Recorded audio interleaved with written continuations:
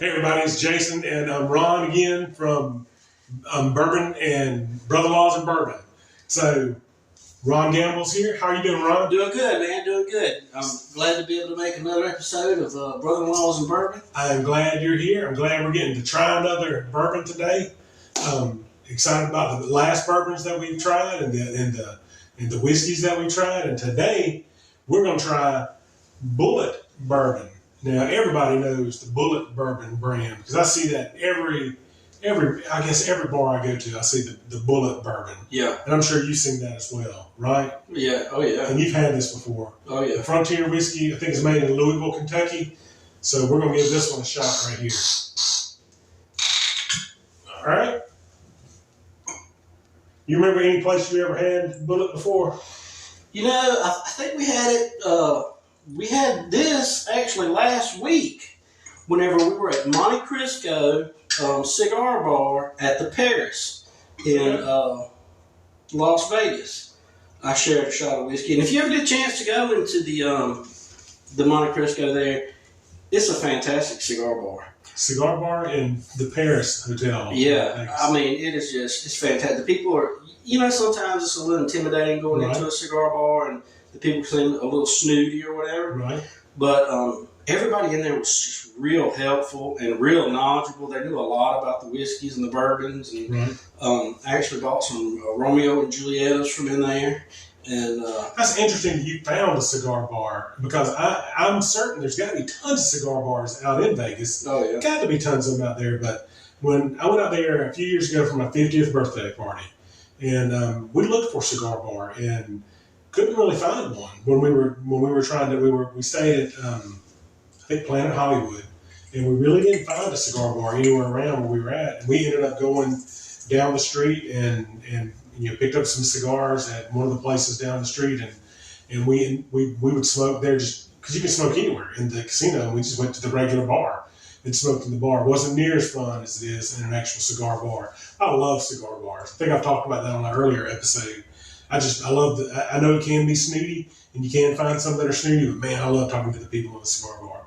Unless they're having like a little tight conversation and it's weird. Yeah, I love it. We got one in Mobile that is down off of Airport Boulevard. Have you ever gone to that one? What's it called? It's called can't think of the name of that one, but it's owned by the people who own the Cottage Hill Package Store.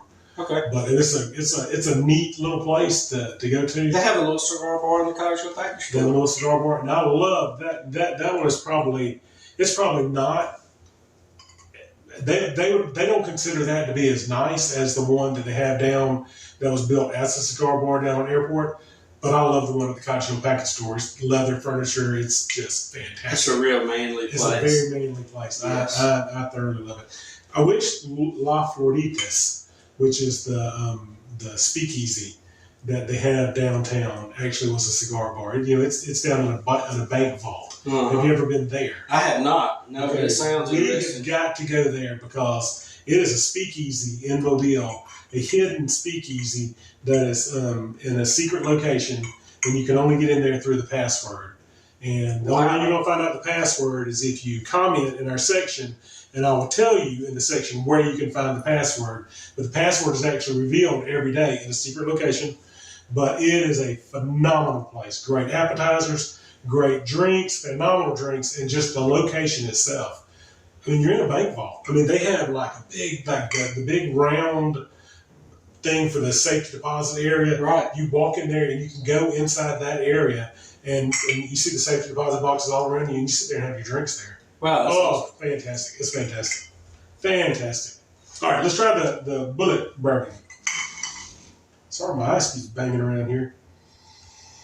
You can smell the heat coming off this one.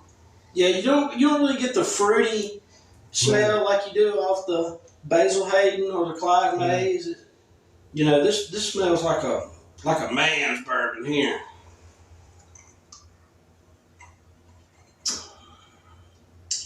Ooh. Ooh. They call it Frontier whiskey. Wow. This Bulleit's got some bite. Yeah. It does. That's a frontier. That's the frontier whiskey. You feel that after. I mean, after you still feel it coming up through and resonating through your throat and coming back up, the heat of it coming up into your nostrils. This will drive your blood pressure up for sure. This will. Wow. Yeah, I shouldn't have poured such a heavy one on this one. Oh, man. Maybe I should actually have a shot glass and pour them instead of freehanding them. I should actually pour them in an actual shot. Oh, that's a strong one right there. Woo, yeah. I like it. I mean, it's a good bourbon. It's a good strong. But it is strong. I mean, it's not one of the. It's a sipping bourbon. It's not. I don't think it's a mixing bourbon. I think it's a sipping bourbon. Now, see, I think this would be good with a Coke. You know, some Coca-Cola. Take some of that bite off. This is really strong. It doesn't have much of a smooth finish at all. So that was a smooth finish. Of the first few episodes that we've done, I think that the Bulleit is my least favorite. Yeah, I think I don't know. I would love the people that make Bulleit bourbon. I'm certain they expect it to be a drink neat, just like this right here. They're probably, if they were to watch this, they'd probably say, "Well, you're not men. Y'all should be able to handle that and not feel any kind of heat behind it." Well, maybe that's the case, but you can feel the heat coming off the back end. Yeah. I'm not sure they don't want it to be mixed with anything. They want it straight through. And I like being able to try it straight through. Boy, you can feel it. Yeah, I think that's going to be my least favorite. But it's still, it's bourbon.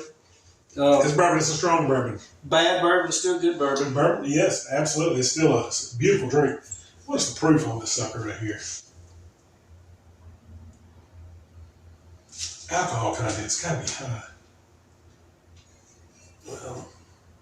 So I know the Clyde Mays was a 40 proof, and this is a 90 proof. Okay, well there you go. It's got more alcohol content. That's what's causing the bite from the back end of it. It's strong. You take your breath. Yeah, I mean, it's a.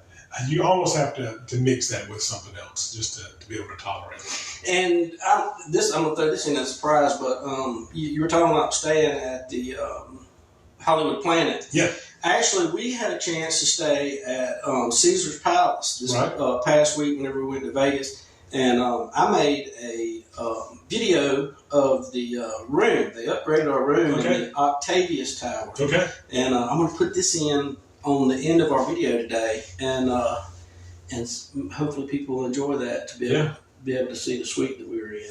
We went out during the COVID time, and if you went out to Vegas, we actually went out during New Year's Eve and stayed New Year's Eve and New Year's Day in Las Vegas during, I guess it's 2021 in that general time frame. And right after they reopened Vegas. Right after reopened Vegas. We were there at the same time because we ran into y'all. That's right. You sure did. And you're absolutely right. And that's the second time we've been together in Vegas. Mm-hmm. And the plane tickets were cheap. The stay out there was cheap. We were in the Palazzo, and they had a suite that we were in. Yep. And it was great. It was fantastic, and we got great rates on it. I mean, they were, especially for gamblers. Everybody knows. I mean, my last name is Gambles, right. So everybody knows I like to gamble. They were begging people to come to Las Vegas. They gave us $500 in free play for a 3-day block, then another $500 the next 3 days. And they gave us $125 a day food credit and put us in a butler suite. Wow. For 7 days at the Luxor. Wow. So, but that was at a time when, I've never seen anything like it because, we have been to Vegas a couple of times together. Right. And I've been to Vegas several times, just me and the wife or just me. And it was amazing to see how dead it was. It was extremely dead out there. You're absolutely right. And that was a scary time for a lot of people. Yeah, it was. And it was just, even still, it was an amazing experience to be able to go and be able to see everything without the people. Right. It was real surreal. And it's also interesting you talk about, and you're right, it's Ron Gambles. The last name is Gambles. So you are, and you do gamble, and that is something you do. I don't do any kind of gambling. I never put a dime in the slot machines. I go out to Vegas all the time. We all can go out to Vegas. It's a beautiful town. It's a beautiful city. There's a million things to do out there. They don't generally pay for me to come out there. I don't know if they necessarily like me coming out there, but I love to go out there. I think it's a beautiful place and a great city to be in. And that's what I tell people. This last trip we went on, we were out there with a couple of YouTubers. Shout out to Avalon Slots, BD Slots. Make sure you subscribe to those guys. Check them out. Jackpot Joe. But we were out there with them, and we didn't really do a whole lot of gambling. And I went live one day, and but people say, "Well, what do you do? You don't gamble. You're not gambling the whole time. What are you doing out in Vegas?"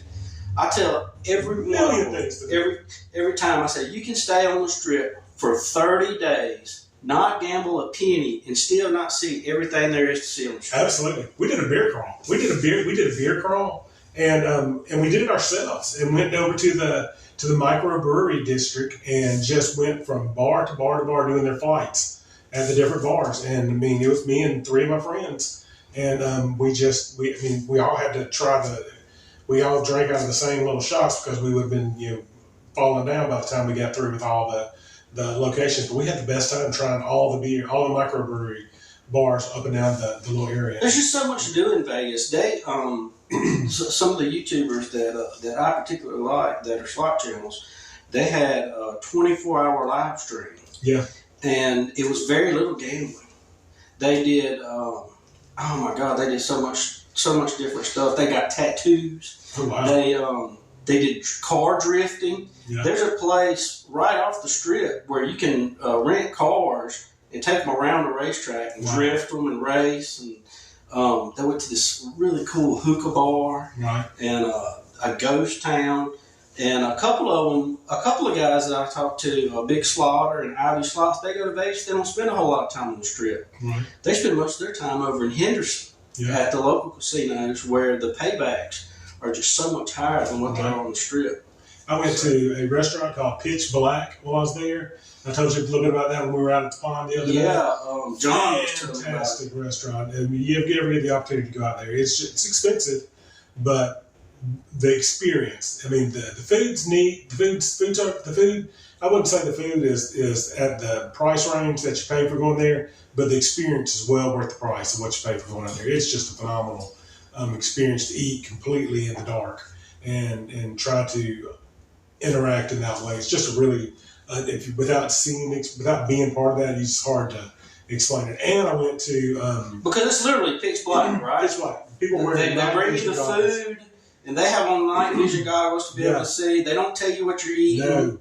And you kind of have to guess and feel. And they actually have to tell you what you're going to eat with, right? Yes, they tell you eating with your hands, you're eating with your silverware, if it's hot or cold. And they kind of let you know where they set the plate in front of you because you can't even see the plate in front of you. And you really cannot see anywhere in front of you. That's crazy. And you're just sitting there. And you find, and it was so weird because I found that when no one was around, no one could see me, and I couldn't see anybody else. And I found that the expressions where we use our expressions on our face for all kind of discussions, and when we're having a conversation, I use my hands, we use our mouth and our eyes. And I sat there with my eyes closed.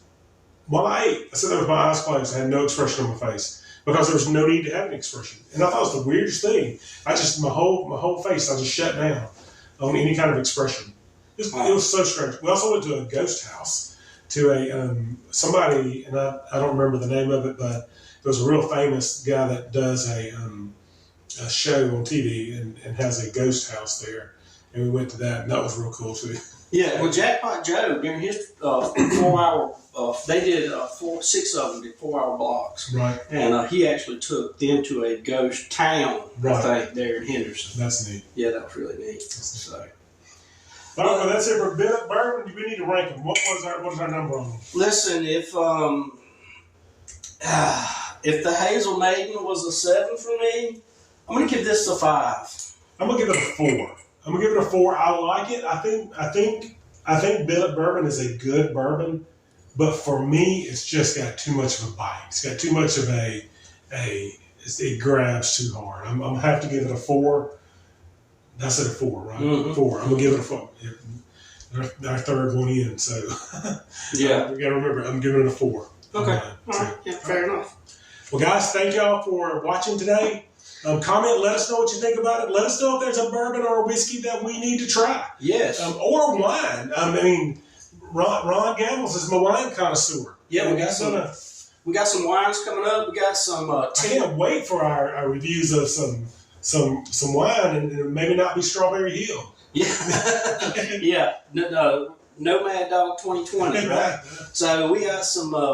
We got some Kentucky. Some Tennessee moonshine coming up. Yes, we do. Some Alabama moonshine. Yeah. I'm real interested in trying that out. And some Judge Roy Bean that I'm really excited about. Yeah, that's coming up too. And we're breaking the seal on that. We're breaking the seal on that one. Yep. So be sure to join us next time. And remember to like and subscribe and share and comment. It really helps us a ton. Me and Jason are really working hard on this. And we're hoping y'all are enjoying the content. I mean, let us know if there's something different you would like to see. We're just having fun. I mean, it's just fun stuff. Yep. All right, guys. Thank y'all.